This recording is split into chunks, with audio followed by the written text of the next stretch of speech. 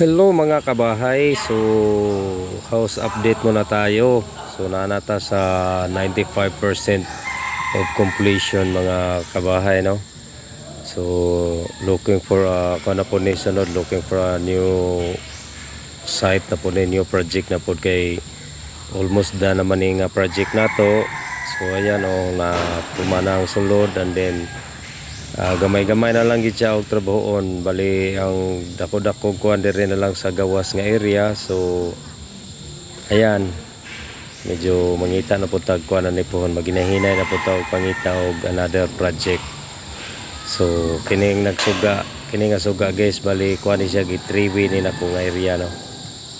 So ayan, so mao na ni siya ang iyahang phase karon sa ato ang 38 by 40 nga residential project mga kabahay. So gamay-gamay na lang og kuno gamay-gamay na lang og trabaho nun, makumpleto na gid siya. So ayan gamay-gamay na lang. So sini siya sa Loyoni nga area, og kini siya diri sa Tubangan. So mao na ni siya laking na to nga pintalanan nga guys mga kabahay, no. So ayan, nahuman ra gid, na kumpleto ra gid hapit ang ato ang project. Paningkamot ra gyapon tani para sa next project na pod mga kabahay.